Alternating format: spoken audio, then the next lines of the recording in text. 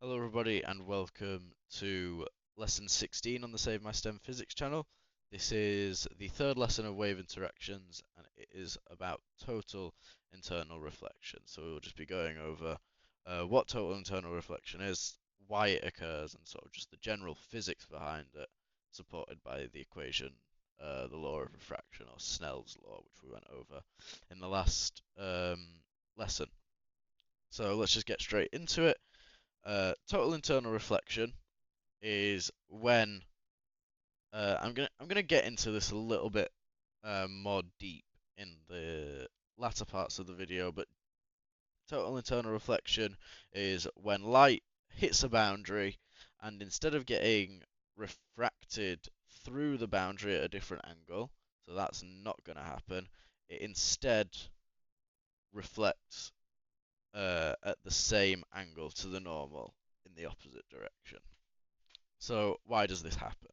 Before we get into sort of the nitty-gritty of what definition you need to have available to you.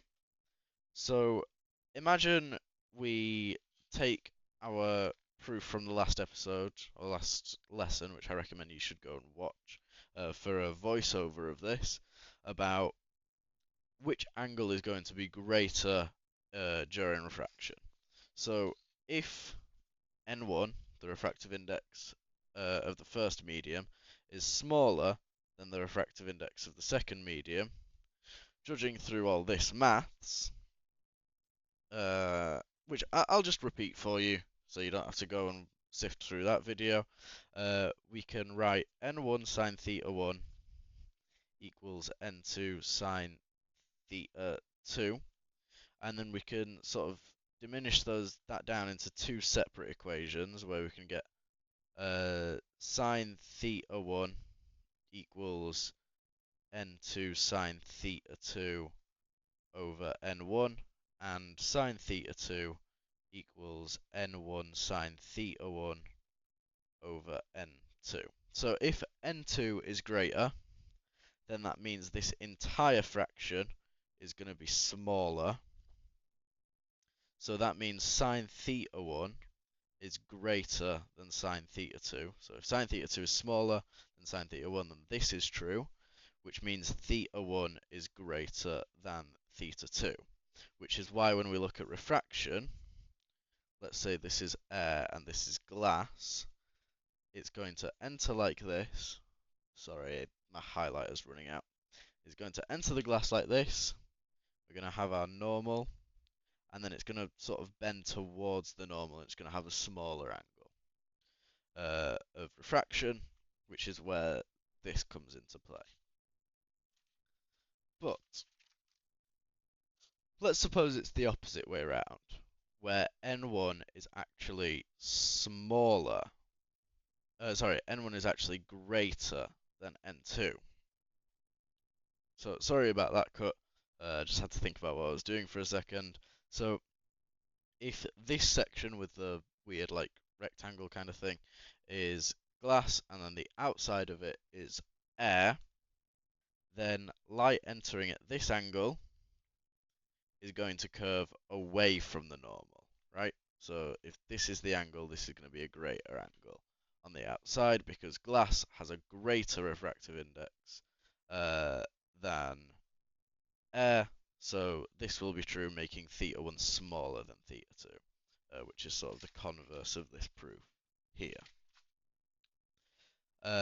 If I do the same thing again with an even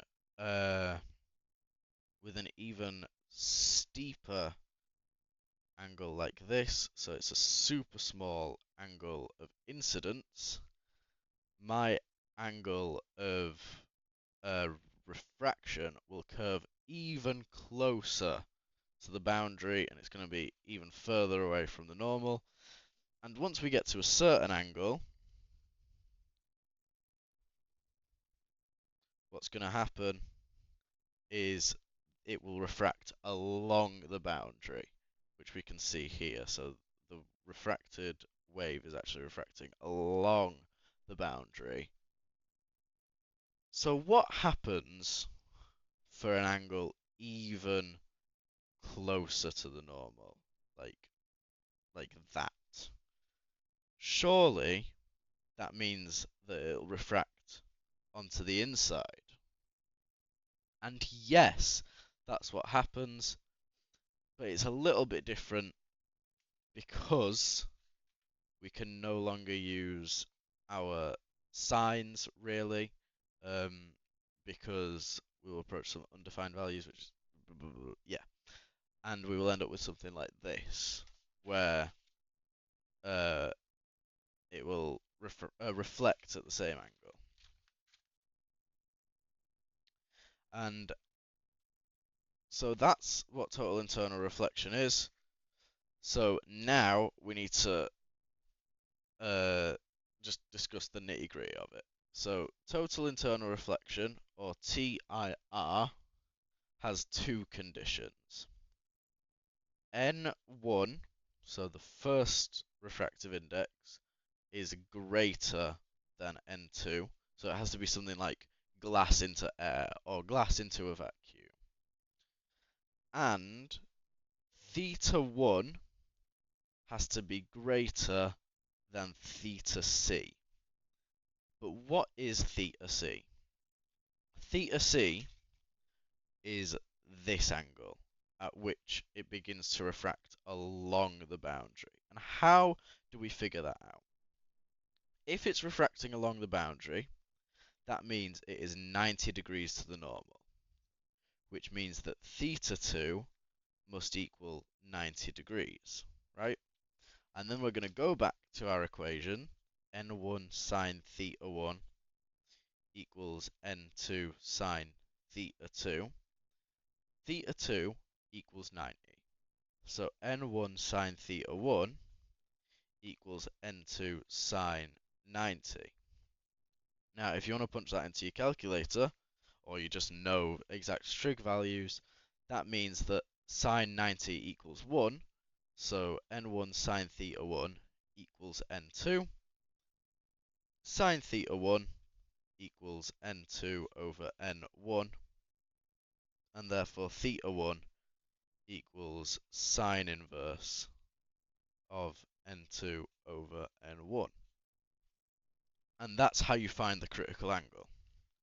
You just set the angle of refraction equal to 90 degrees and rearrange to find theta 1 or theta c, the critical angle, is equal to the sine inverse of the refractive the second refractive index over the first refractive index. And those are the conditions for total internal reflection. That's how to find the critical angle. And this sort of these rough drawings, which aren't great at all, show why total internal reflection happens over just refraction under certain conditions. So hopefully this has been some help. It's not been my best work, this video, I'll be frank, but hopefully it has helped in some fashion. And I will see you all in the next one.